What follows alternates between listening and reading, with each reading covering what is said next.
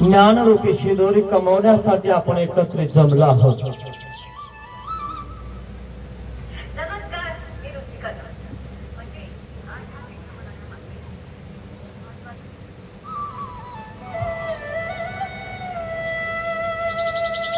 नहि ज्ञानेन सदृशं पवित्रमिह विद्यते।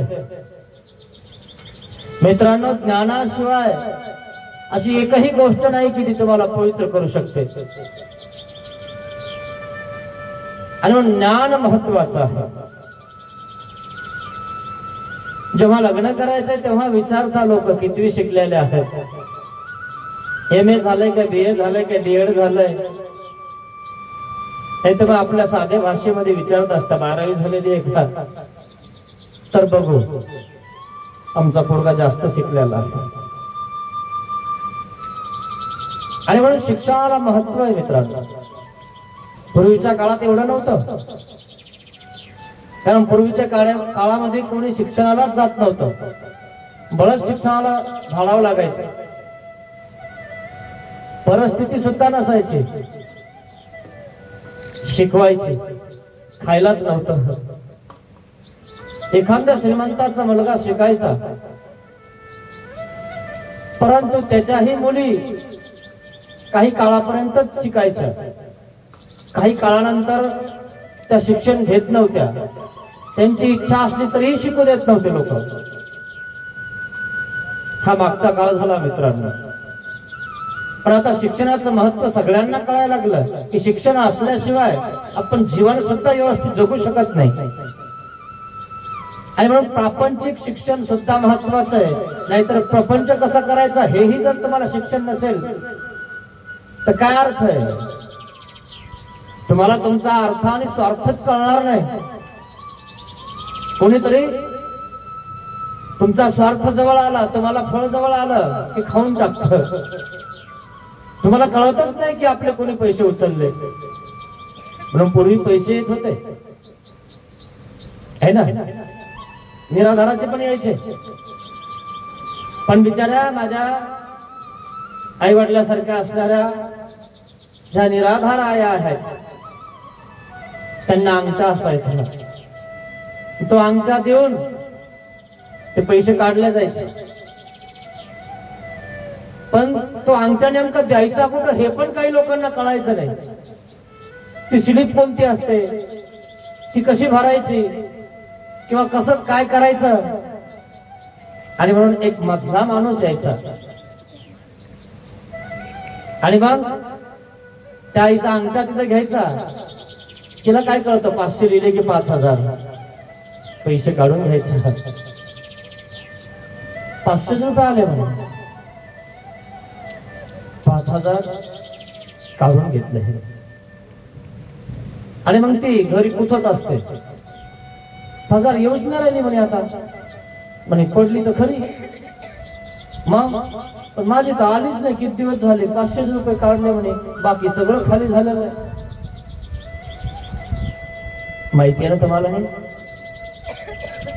मधल्या लोकांनी किती पैसे खाल्ले निराधार लोकांचे।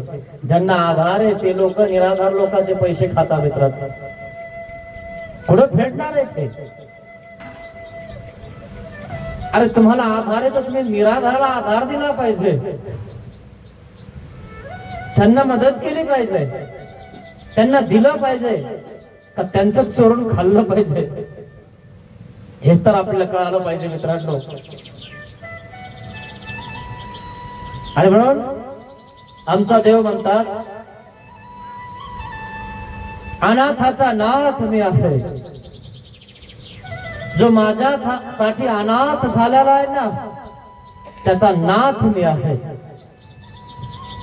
तू फक्त माझं नामस्मरण कर, मी तुला सगळं पुरवतो। आणि म्हणून मित्रांनो हा एवढा मोठा भव्य स्वरूपाचा हा सप्ताह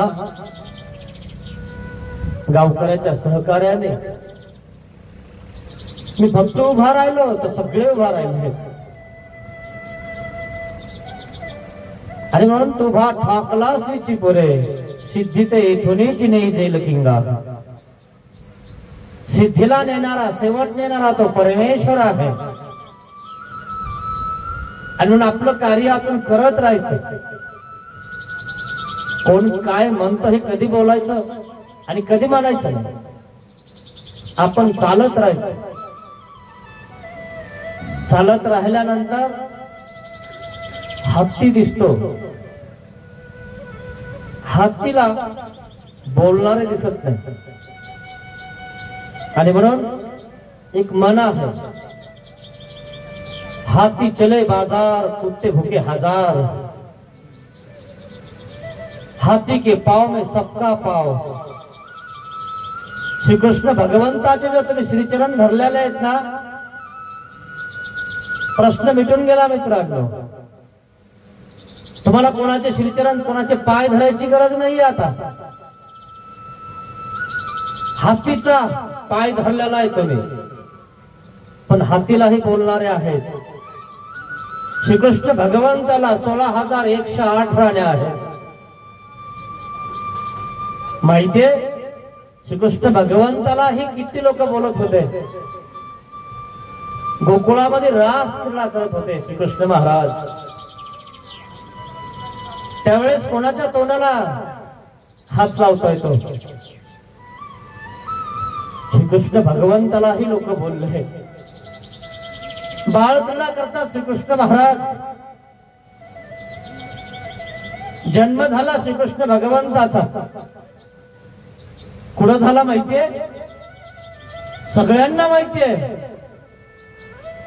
पण देव कोण आहे हे अजून काही लोकांना नाही कळालं. माणसाला देव म्हणता काही लोक, गुरुला देव म्हणता काही लोक, संताला देव म्हणता काही लोक. एखादी आई निघाली ना कुठं, तिला पण देव म्हणून टाकतात. उन्हाच्या पाऱ्यामध्ये काही कामं नसतात मित्रांनो.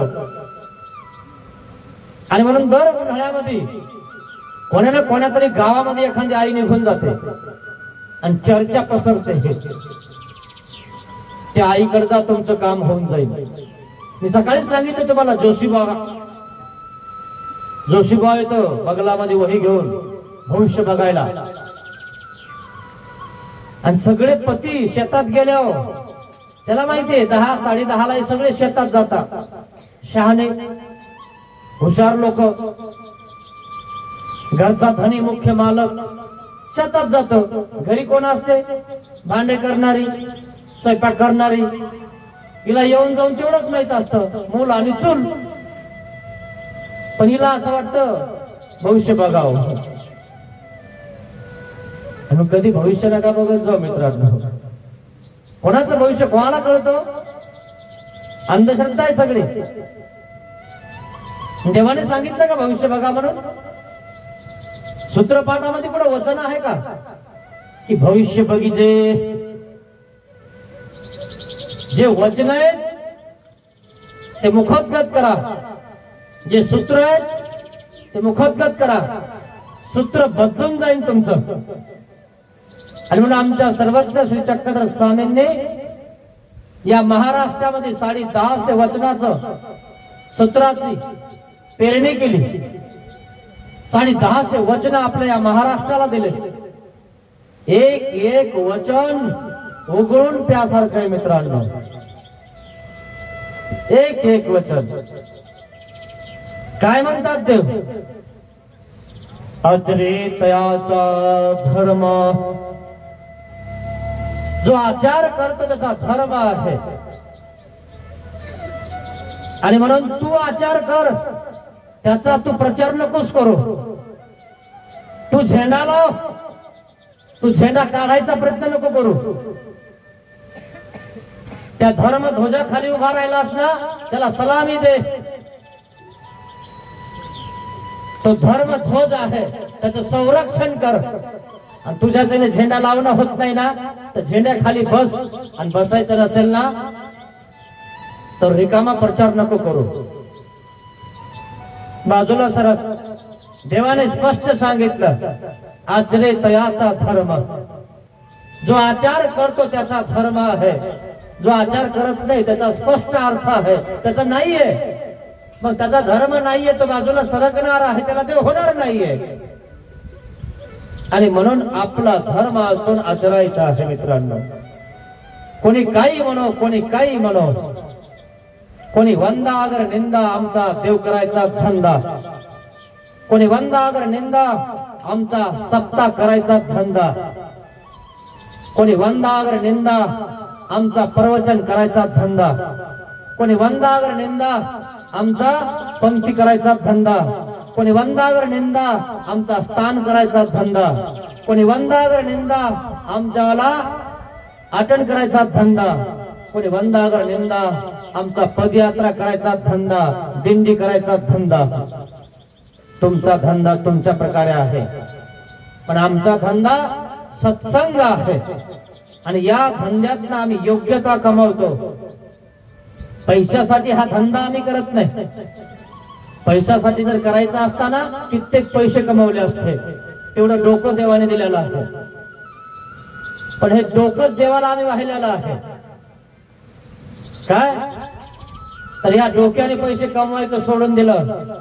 या डोक्याने प्रापंचिक लोक सत्संगाच्या धंद्यामध्ये कसे लागतील याचा आम्ही फायदा करून घेतो आणि त्यांचा फायदा करून देतो.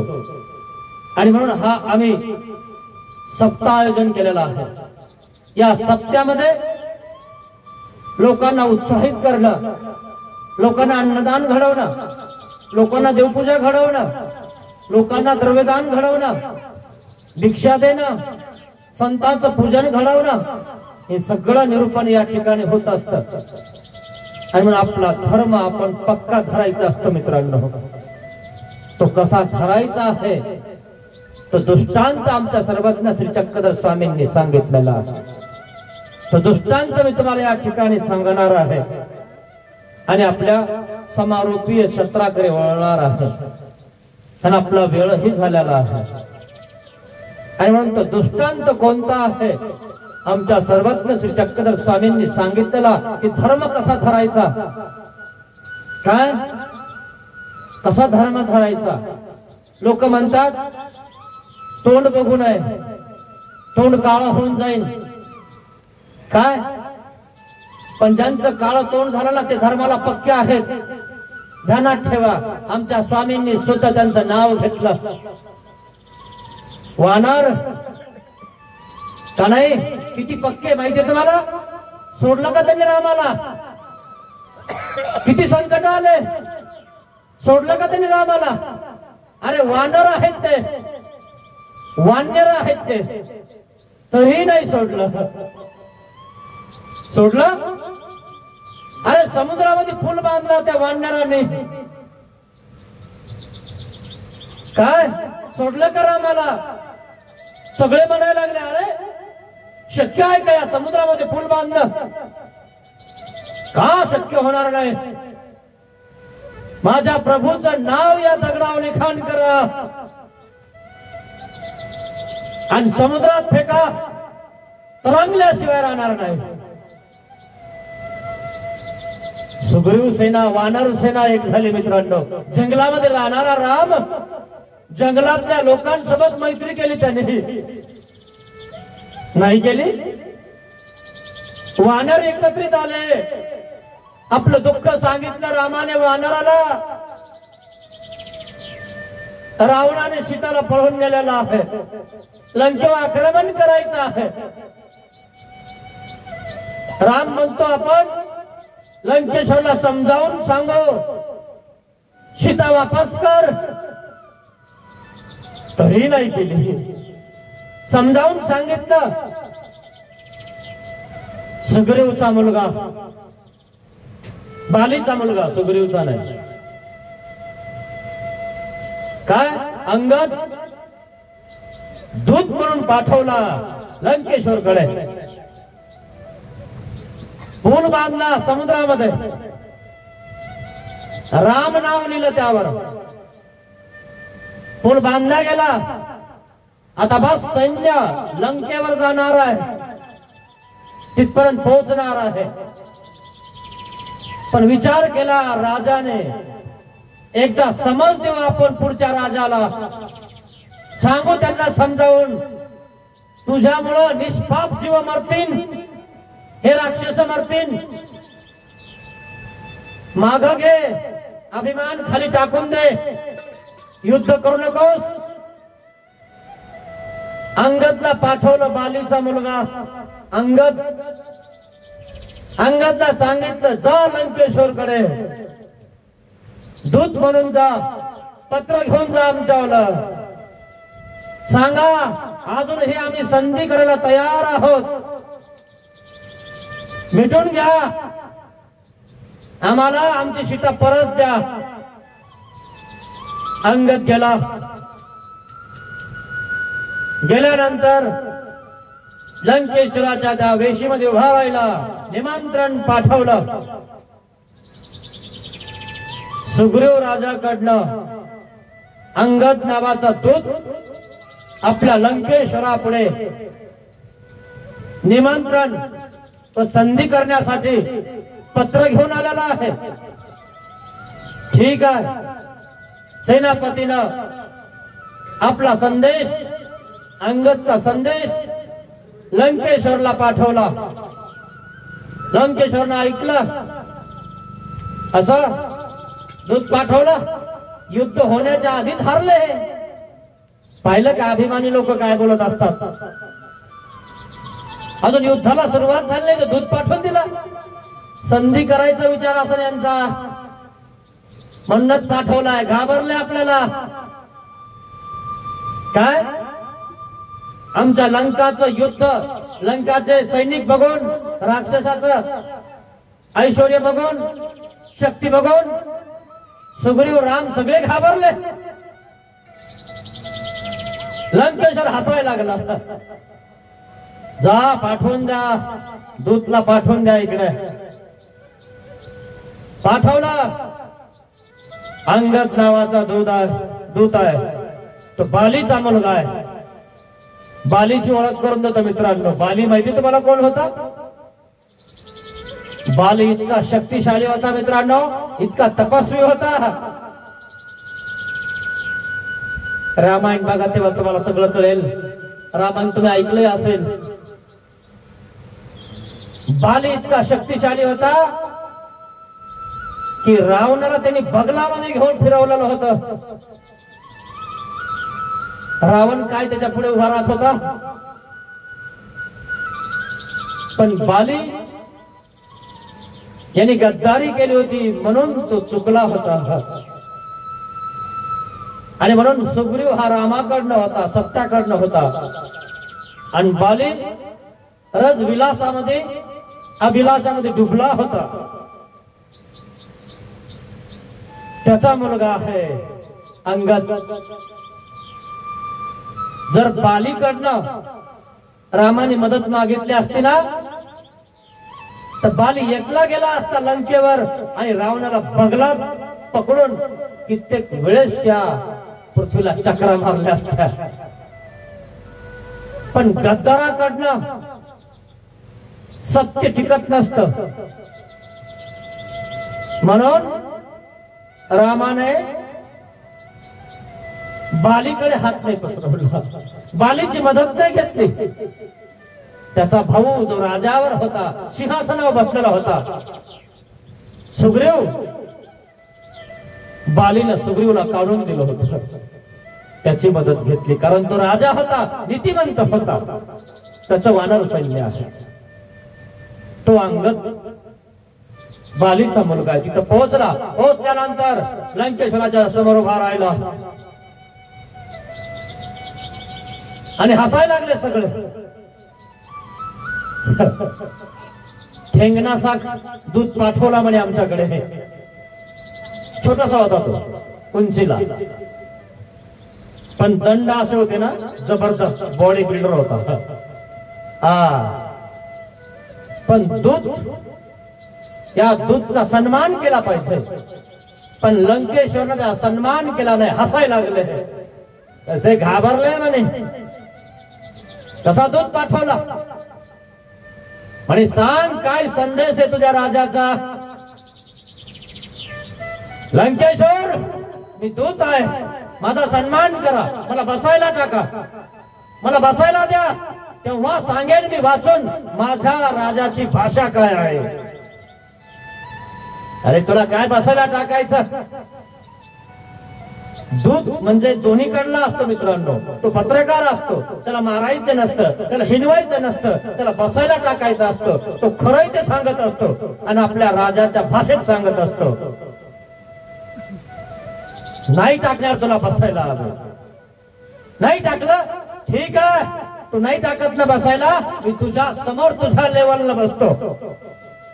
तितकी ताकद माझ्यात आहे. अंगदनं आपली शक्ती फिरवली शक्ती फिरवली फिरवली फिरवली फिरवली इतकी मोठी केली, ढिगारा केला, एटाळा केला त्या शक्तीचा. आणि आपल्या दैवताचं नाव घेतलं. सिंहासनावर बसलेला लंकेश्वर आहे, त्याच्या खाली एक पायरी आसन तयार केलं शेपटीचं. तुम्ही नाही टाकत ना, आमचं आसन आहे. मी माझ्या आसनावर बसून माझ्या राजाने काय सांगितलं ते सांगतो. आणि बस टणकन दिशी उडी मारली आणि आसनावर जाऊन बसला अंगद नावाचा दूत. आणि सांगायला लागला लंकेश्वरला, हे लंकेश, राजाची भाषा बोलतोय तो. माझ्या राजाने सांगितलंय, काय संदेश सांगितला ऐकून घे. सांगत असताना सुद्धा राजाची भाषा दूत वापरत आहे. काय लिखाण केलंय, हे लंकेश ध्यानात घे, मिटून घे, सीतेला वापस कर. तुला आम्ही काही करणार नाही, तुला मारणार नाही, तुझ्यावर धावून येणार नाही, नाही तर लंकेला आग लागल्याशिवाय राहणार नाही. हसायला लागला. आमच्या लंकेला तुम्ही आग लावणार? अरे तुम्ही वानर आहेत आणि आम्ही राक्षस आहेत. राक्षस लोकासारखंच वागणार ना. हसायला लागले. तरी सुद्धा वानर म्हणजे वानर मित्रांनो. एखाद्या वेळेस तुम्ही घरी बोलल्यानंतर सुद्धा काय म्हणत असता माहितीये, काय वानरासारखं बघायला लागलास. अरे त्याला त्याची उपमा देऊ नका. ते वानर तुमच्यापेक्षा चांगले आहेत. त्यांनी स्वामी भक्ती नाही सोडली. त्याची उपमा द्यायला तुमची लायकी नाहीये. ते सत्याने वागले, पक्के राहिले आणि मग म्हणतात सीतेला वापस कर. नाही करणार, नाही संधी करणार. असं विचार करा. युद्धाची तयारी झाली आहे. नाही ऐकलं मित्रांनो. शेवटी तयारी केली. दूत वापस गेला. राजाजवळ सांगितलं, आम्ही वापस करणार नाही. तुमच्या मनगटात बळ असेल तर वापस घेऊन जा असे म्हटले. सुग्रीव राजा म्हणला, ठीक आहे, आमच्या मनगटात बळ आहे की नाही आम्ही दाखवू. चला स्वारी करा. एवढं सैन्य वानराचं मित्रांनो धावून गेलं. एका वानराने सगळी लंका पेटून टाकली. आणि मग अभिमानात कधी राहू नका मित्रांनो. कधी पेटन काही सांगता येत नसतं. माघार घ्या. तो दृष्टांत देव सांगत आहे तो वानराचा. मी वानराची कथा यामुळे सांगितली तुम्हाला की आमच्या देवाने सुद्धा वानराचं नाव घेतलं. आमच्या देवाने सुद्धा लक्ष्मणाचं नाव घेतलं. का घेतलं? लक्ष्मणाने भक्ती तशी केली मित्रांनो. ज्या वेळेस युद्ध सुरू झालं त्यावेळेस शक्ती लागली लक्ष्मणाला. इंद्रजित त्यांनी मारला बाण. इंद्रजित कोणाकडनंच मरत नव्हतं. तो कोणाकडनं मरत होता माहितीये? जो 14 वर्ष उपाशी राहिला आहे त्याच्याकडनंच मरत होता. ज्या वेळेस वनामध्ये राम होता त्यावेळेस राम विचार करायचा, हे काय अर्धाले बोरं कंदमुळे खाल्ल्याने आनंद देतो म्हणे लक्ष्मण माझ्याकडे, आधीच खाऊन घेतो म्हणे आणि नंतर आम्हाला उष्टे खाऊ घालतो.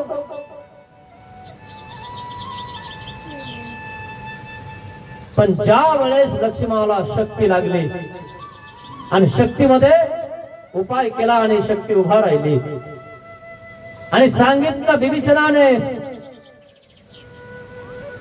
याला इथं बाण मारा. काय आणि मग सांगितल्यानंतर लक्ष्मणाने बाण मारला, इंद्रजित मेला. केला की नाही? आणि मग विभीषणाने सांगितलं की लक्ष्मण 14 वर्ष उपवास व्हायला, म्हणून इंद्रजित मेला, नाही तर मेला नसता. रामाला त्यावेळेस कळालं की माझा भाऊ माझ्यासाठी उपवास राहिला आणि मी माझ्या भावाचा दोष घेतला. मी त्याला वापस बोललो, उष्टे आणून देतो आम्हाला, आम्ही उष्टे खातो आणि आधी लक्ष्मण खाऊन येतो. चुकलं माझं. समजलं? आपल्या भावाचा दोष आला तर तुमच्या आमच्या सारख्याचा दोष तुम्हाला काय येणार नाही? का नाही येणार? तो तो प्रभू होता, राम होता, पुरुषोत्तम होता, त्याला कळत नव्हतं तरी सुद्धा दोष दृष्टी आली का नाही? पण ज्या वेळेस सत्य समोर आलं, इंद्रजित त्याच्या बाणाने मेला, त्या वेळेस सत्य प्रगट झालं. माझा भाऊ माझ्यासाठी उपासी राहिला, तपश्चर्या केली त्यांनी, मी तरी खात राहिलो कंदमुळे बोर. अशा प्रकारे त्या वानर सैन्याची आठवण आमच्या देवाने केली, वानराची आठवण केली. म्हणून मी तुम्हाला ही रामायणातली कथा सांगितली. मित्रांनो, वैष्णवपंथी आणि महानुभावपंथी काही वेगळे नाहीये का नाही? पण आपण उगाच काही ना काहीतरी करत असतो. तसं काही नाहीये. आपला आपला धर्म तुम्ही अंगवा, आमचा आम्ही धर्म अंगवतो. आम्ही आमचा धर्म टिकवतो, तुम्ही तुमचा धर्म टिकवा. सगळ्याचं कुळदैवत वेगळं असतं आणि त्याप्रमाणे ते त्याचं वंदन करत असतात. एकमेकाला कधी नावं ठेवू नये मित्रांनो. आणि म्हणून कधी नावं ठेवायचे नाही. येथीचे ते आपले. कुत्र्याला दगड हाणला तर स्वामींनी श्रीमुखावर हात ठेवला. वैराचा देव झाला म्हणून काही दगडे हाणावा असं कधी करू नये. त्या वानराचं नाव आमच्या स्वामींनी घेतलं. ते वानर किती पक्का धर्माला हे स्वामी सांगत आहेत. आमच्या सूत्रपाठामध्ये दृष्टांत आमच्या स्वामींनी सांगितला आणि म्हणून ती कथा, तो दृष्टांत तुम्हाला सांगतो. तोच कसा आहे म्हणाले, वानरी असे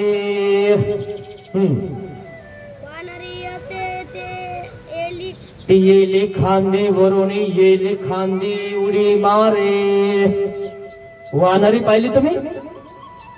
वानर बघता की नाही तुम्ही? शेतामध्ये कापसाचे बोंड खायला जास्त येतात आणि म्हणून काही शेतकरी त्या वानराला हाणण्यासाठी गलूर करता, गोफण करता, त्यांना मारता. आणि वानरीच्या कळाला तिचं पिल्लू असतं की नाही? पण तिचा धर्म काय आहे? आपल्या पिलाला सांभाळणं, माझ्या लेकराचं संरक्षण करणं. आणि हे लोक त्याच्या शेतातले बोंड खातात म्हणून गोफणी फिरवता, गलूर फिरवता, कोणी दगड मारता. ती चिरचिर आरडते. तिच्या पोटाला वानराचं पिल्लू आहे. तिचं पिल्लू लहान आहे, ते पण आरडतं, मारू नका, मारू नका, मला दगड मारू नका, मी जाते ना. पण या फांदीहून त्या फांदी उडी मारते, त्या फांदीहून या फांदी उडी मारते. तर दगड मारणार एक का? खालून दगड मारणार लोक भरपूर आहे ना. सगळे शेतकरी जमा झाले ना, लय वानर आमचे बोंड खातं म्हणे. असे दगड मारणार आहे मित्रांनो काही लोक सांगताना. संत जाने व्हावे त्याने लोक बोलणे सोसावे. ताटीचे अभंग मुक्ताबाई काय म्हणते? संत ज्ञानेश्वराला किती सहन करावं लागलं तेव्हा संतपणा आला. दादा जर तुला ब्रह्माचं सुख पाहिजे असेल ना तर आधी लोकांना चिमे खावा लागतात, दगड खावा लागतात, दगडाला सुद्धा घाव द्यावा लागतो तेव्हा त्याची मूर्ती तयार होते. घनाचे घाव सोसावं लागतात तेव्हा कुठं त्याला पवित्रपणा येतो, त्याच्या लोक पाया पडतात. नाही तर दगड नुसते घ्यायचे वानराला खाण्याचे असं नाहीये. त्या दगडाची कधी मूर्त होईल हे सांगता येत नाही मित्रांनो. आणि म्हणून ती वानरी काय करते, या फांटीवरून त्या फांटी उडी मारत असते. मग पहिली खांदीवरून आईली खांदी ये, त्या फांटीवरून या फांटी उडी हाणते, आरडते ओरडते, मारू नका मारू नका म्हणते. मग देखत या गती, हे बघणारे खाल्ले हसणारे काही असतात, काही दगड मारणारे असतात, काही गोफण मारणारे असतात, काही गलूर मारणारे असतात आणि काही हसणारे असतात. पडलं पडलं अरे पडलं, खाली कुत्रे सुद्धा असतात. बस खालच्या फांटीवर तरी उडी मारली की कुत्रे जवळ येतात, कुत्रे वर उड्या मारतात. आली आली पकडतो मी आता, कुत्रे सुद्धा पकडायच्या मागे असतात. वानरीला माहिती आपला धर्म कसा टिकवायचा, वानरीला माहितीये माझ्या पिल्याला कसं सांभाळायचं, वानरीला माहितीये पण पुढच्या फांटीवर कशी उडी मारायची. म्हणून तुम्हाला रामायणातली कथा सांगितली. लोकांना काय वाटतं, पडलं पडलं गेलं मेलं पडलं धरलं, पण कधी त्या फांटीवरून ती दुसऱ्या फांटी उडी हाणते तुम्हालाही कळत नाही. तुला मला वाटतं गलूर मारली बस लागला, पण जेव्हा ते एका फांटी आड दडते ना तेव्हा गलुरीचा खडा पुढे लागतो, फांटीवर लागतो, तिला नाही लागत. स्वतःला कसं सांभाळायचं आणि आपल्या मुलाला कसं सांभाळायचं हे वानरीतून शिका, वानरातून शिका. मग परिधरती परी ते तेची जाणे, कसं धरलंय तिनं फांटीला, कसं धरलंय आपल्या लेकराला. तुम्ही बघा ना उडी मारून तुमच्या खाली, तुम्ही वरती जा आणि खालून 2-4 जण दगड मारायला ठेवा, बघा तुम्हाला उड्या मारता येतात का. तर नुसतं काय हसता तुम्ही, पडली पडली पडलं पडलं, हसणाराचे दात दिसता मित्रांनो. एखादा उडी मारून बघा ना या फांटीवर त्या फांटीवर, मग कळत काय चीज आहे. लुंगी लावण्याला कोणी हसतं, लुंगी लावून बघा ना, गावात फिरून बघा, पांढरी लावल्यावर हसणारच लोक, पण लुंगी भेटते एक विकत बाजारात. कधी लुंगी न लावणाऱ्या माणसाने जर लुंगी लावली आणि दुकानावर गेला ना, दुकानावर बसणारे लोक 2-3 असतातच. काय तात्या काय वेळ आहे, लुंगी लावून बाबा होता काय, हे बस कसा राग येतो. पण लुंगी लावणारा किती सहन करावं लागतं याचा विचार केला तुम्ही. तुम्हाला नुसतं जरासं कोणी बोललं तर तुम्ही लगेच त्याच्यावर धावून जातात. किती अवघड आहे ना, याचा विचार करा मित्रांनो. म्हणून पडणाऱ्याला बसणाऱ्याला असं वाटतं पडलं, पण धरणारी परी काय, धरणारी परी तोच जाणे तीच जाणे. ती वानरी जाणते की कशी फांटी धरायची आणि कसं त्या फांटीहून त्या फांटी उडी मारायची. मग न सुटते सूत्र तेची जाणे, धरल्यानंतर तिचा हात सुटत नाही, एक हाताने फांटी धरते आणि एक हाताने लेकराला सांभाळते. लेकरूवाली आहे मित्रांनो ती, लहानस लेकरू तिच्या कडाला आहे, पण त्या कडाला धरणाऱ्या लेकराला सुद्धा आईच्या अंगाला धरायचंय, कातऱ्याला धरायचंय. तिथं काय असं बटन थोडंच आहे, असं आपण गाडीचं कसं बटन असतं उघडायचं, खटकन दिवशी उघडतो, त्याला धरायला जागा असते. आईच्या चमड्याला धरते ती छोटूस लेकरू. सोडतं का, पडतं का, कसं धरतं ते पक्क. तसे तुम्ही देवाचे लेकर मित्रांनो, जेव्हा आईला धरायचं ना तेव्हा इतकं पक्क धरायचं, सोडायचं नाही. आईला किती कष्ट सहन करावं लागलं तुमच्यासाठी. लहानाचं मोठं करावं लागलं, पाणी घालावं लागलं. आणि आयत्या टायमाला जर तुम्ही आईला सोडून देणार तर कसं होणार याचा विचार करा. सोडलं का त्या लहान लेकराला त्या आईला, आणि आईनं सोडलं का त्या लेकराला. मग हा झाला दृष्टांत. याचा सिद्धांत काय आहे हा दृष्टांत सांगितला. याचा सिद्धांत काय आहे. तैसे अनुसरती परी जीवे जाणावी. अनुसरणारा म्हणजे लुंगी लावणारा संत मुनी ऋषी, तो अनुसरलेला आहे, तो अनुकरण करतोय देवाचा, नाटक करतोय तो देव प्राप्त करण्याचा. पण जन समुदाय हस्ती परी हसतात. काय करे सोड. पण धरती परी तेची जाणे. पण त्यांनी धरलेलं आहे अनुसरण, त्याला माहिती आहे कसं न्यायचंय शेवटाला. कित्येक लोकांचं सहन करावं लागतं. पण सोडतो का तो, घाबरतो, डगमगतो, सरकतो का मागे. नाही. धरती परी तेची जाणे. मग आज जे हसताय ना त्यांचे दात दिसणार, पण ज्याला हसले त्यांनी सगळं सहन केलं. नरक चुकविती, त्याचे नरक चुकणार, तुम्ही कुठं फेडणार. त्या बिचाऱ्याने सहन केलं. कोणी काही म्हणो, कोणी काही म्हणो, परंतु त्यांनी आपली परी नाही सोडली, असली परी नाही सोडली. त्यांनी कपडे घातले नाही सोडले. काही बोलू द्या, आस्ती परी तेच जाणे. म्हणून आमच्या देवाने आस्ती परी सांगितली. या वर्षीच आस्ती परी या ठिकाणी होणार होती मित्रांनो.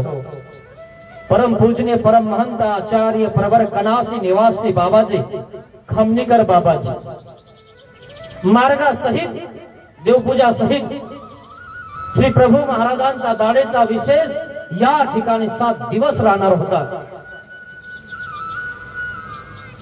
परंतु काही कारणास्तव तो कार्यक्रम नाही झाला. पण बंद पडू द्यायचा नाही म्हणून आमचे दादा म्हणले, बाबा सुरू तर करा, आम्ही आहोत ना. एखाद्या दादाचा आपला पाठीवर जर हात असेल तर का कोण पुढे सरकणार नाही. परमेश्वराचा मनधर्म असेल तर का सिद्धीला जाणार नाही. आणि देवाने स्पष्ट सांगितलं तर उभा ठाकला सीची पुरे सिद्धी ते इथूनच नाही जाईल की. सगळं कार्य सुरळीत पार पडलं मित्रांनो. कोणतीच अडचण नाही, कशाचीच कमी नाही. इतका स्वयंपाक की स्वयंपाक उरायचा. रोज 1500 लोक जेवायचे. आमच्या सरपंचांनी पंगत दिली, त्यांचं नावच गोपीनाथ आहे. गो म्हणजे इंद्रिय, नाथ म्हणजे अनाथाचा नाथ गोपीनाथ. गावातही त्यांचं कार्य तसंच आहे. त्यांनी सगळं साफ करून घेतलं मित्रांनो. आमचे श्री अर्जुन जेसीपीवाला अशोक भालेकर त्यांना म्हटलं बाबा हे थोडं साफ करून द्या. लगेच केलं त्यांनी, पण ते जेसीपीने व्यवस्थित नाही झालं. सरपंच म्हणे नाही बाबा जरा खालीवर झालंय, मी ट्रॅक्टर सांगतो. झालं जाऊ द्या, कुठं करता. नाही नाही मी करून घेतो. सगळं साफ करून घेतलं मित्रांनो. नाही म्हणा तिकडं नका करू, तिकडं पण केलं. ठोकस आणून लावले, मंडप आणून लावला, भांडे ठेवले.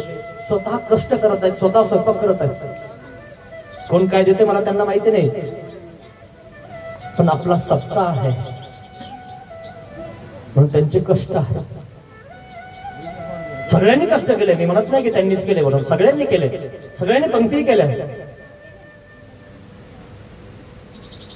पण ज्यावेळेस पंगत होती त्यांच्यावेळी स्वतः त्यांनी स्वयंपाक तयार केला. 3000 लोकांचा स्वयंपाक केला. रोज तेच करत आहेत, आजही करतात. आजही त्यांच्याच वाड्याची पंगत आहे. कर्तृत्व केलं पाहिजे मित्रांनो, वानरी सारखा धर्म धरला पाहिजे. आणि सरपंच म्हणजे गोपीनाथचा हे महानुभाव पंथी आहे. महानुभाव पंथाला, महानुभाव पंथाचा अभिमान नाही पाहिजे. आपलं गाव 75% उपदेशी आहे आणि मग आपला सप्ताह चांगला नाही व्हायला पाहिजे. सगळे उभा राहिले मित्रांनो, सगळ्यांनी सहकार्य केलं. मंदिराला सुद्धा मित्रांनो माझ्या न म्हणता ह्या बघून घ्या तुम्ही सगळ्यांचे नाव, सगळ्यांनी सहकार्य केलं मला. निपाणी गावामध्ये कधीच पाणी कमी पडणार नाही मित्रांनो. परब्रह्म परमेश्वराचं चिंतन करणार हे गाव आहे. दुष्काळीमध्ये यांनी आश्रम सांभाळलेला आहे. आता तो सुकाळ आहे, ते कोण्या साधूला आणि संताला कधी कमी नाही पडू देणार. काही आणून टाकता मित्रांनो, कधी कांदे, कधी लसूण, कधी भाजी पाला आश्रमात आणून टाकतात. गावाच्या गोण्या काही कमी नाही. सगळेजण उभा राहिले पण एवढा मोठा कार्यक्रम सहजगत्या प्राप्त होतो, सहजगत्या होतो. कोणतंच नियोजन नाही तरी होतो. चालता चालता तुम्हाला सांगतो एवढे कार्य करतात आमचे लोक. त्यामध्ये मीच कमी पडतो मित्रांनो. मला बाहेर गावात जावं लागतं, कारण आता लगेच मला जायचंय 24 तारखेला नाशिक जिल्ह्यात, पुन्हा मग नांदेड, मग अमरावती, मग परतवाडा. सगळ्यांच्या उपयोगी यावं म्हणून मी सगळ्यांकडे जात असतो. पण हा महिना मी सुट्टी काढत असतो. या महिन्यात मी कार्यक्रम घेत नाही मित्रांनो, मुद्दामून घेत नाही, कारण मला इथं सप्ताह करायचा असतो. निपाणीत सप्ताह झाला पाहिजे आणि म्हणून मी ते कार्य करत असतो. आणि त्याला सगळं गाव सपोर्ट करतो मित्रांनो. एवढे पैसे दिले मित्रांनो, 10ची नोट लोक लावत असताना तर फाटके लावतात. हे बघा पैसे किती आले, न म्हणता मागितलेले पैसे मित्रांनो. काहींचे तर मला नावही लावणं झाले नाही, त्यांनी असेच देऊन टाकले. बाबा टाकून द्या आपल्या मंदिरात. त्यांची ओळख नाही, पाळत नाही, त्यांनी सुद्धा दिले मित्रांनो. तिकडे कोणीतरी आमचे गणेशचा कोणी काय पत्नीचा भाऊ आहे, त्यांनी पण दिले. अजूनही काही जणांनी दिले मित्रांनो. एका कार्यक्रमात आमचे देव इथं होते, पाऊस पडायचा वरतून, देव पाण्यात होते. काय माहिती देवाला काय वाटलं की मला पाणी लागतंय का. बस 2 ते 3 महिन्यातच देवाला मंदिर झालं. माझ्याजवळही पैसे नव्हते, पण दादा काय म्हणले, तुम्ही चालू तर करा, जे मटेरियल लागल ना, जेवढं लागल आणि केव्हाही लागो. दादाच्या 3 खडी मशीन आहेत. हे सगळे दगड त्यांचे. आणि जो दगड आहे ना देवाला मोठा केलेला आहे, तो 10 बाय 10चा होता. मग त्याला घडवायचं. माझी इच्छा होती की देवाला असा कोरीव कांडीव असा दगड पाहिजे पुरातन. आपण तर फरचं चांगलं करू शकतो, चोपडं करू शकतो, पण मला एक असा चांगला दगड आणि एक करायचा होता, एक जीव करायचा होता. मग विचार केला, म्हणलं दादाला विचारूया की असा एक मोठा दगड निघतो का. दादा म्हणलं किती मोठाले निघतात. मग दादा तुम्ही सांगणार का म्हणलं की ते कोकणाला जे शिकवलेला. अरे लगेच सांगितलं सुपरवायझरला, अरे ते आमचे बाबा येऊ राहिले आणि ते काय असेल तर ते बाबाला दगड कोणता पाहिजे, काय पाहिजे. व्यवस्थित करून द्या. 5-7 दिवस ते कोकणून त्याच्यावर चालायचं, कारण तो दगड फुटला नाही पाहिजे म्हणून ते हळून चालवावं लागायचं. त्यांचं काम बंद करून ते दगड घडवायचे. आणि एक माणूस, त्याला मी 30,000 गुप्त केलं होतं म्हणून घडव, 15-20 दिवसापासून तो छेनी हाणत होता. त्याच्याकडनं होईना, मग तो लगेच कोकणून बोलवायचा, थोडस इकडं हाण. पण कोकण म्हणला, दादाने सांगितलं होतं कधीही मागितलं ते, पण मी फोन नाही करत तरी जो त्याला घडवायला दिलाय त्याचं सुद्धा ते कोकणवाले ऐकायचे, जेसीबीवाले ऐकायचे, करून द्यायचे. आणि मग तो असा चौकणी झाला. मग त्या भाऊला बी एवढं जमत नव्हतं, मग तसाच आणला आणि कसा तरी उचलून साफसूफ केला. किरणनं उचलून ठेवला, कारण सलाप टाकायचा होता. किरणनं ठेवला. ठेवल्यानंतर तो जरा साफसूफ झाला, पण व्यवस्थित नव्हता झाला. आणि मग गणेशरावला म्हणलं, आपला काही दगड झाला म्हणा, पण आपण खूप गेलो 2-3 वेळेस कदानीमध्ये, परंतु साफसूफ नाही झाला म्हणजे व्यवस्थित. चला म्हणे बाबा, अजून सगळ्यापेक्षा बरा जाईल ना. मला नाही, अजून आपलं व्यवस्थित करायचं म्हटलं. ठीक आहे मग. आणि मग काय केलं, नेवाशावरून कारागीर बोलवले, त्यांना 50,000 दिले.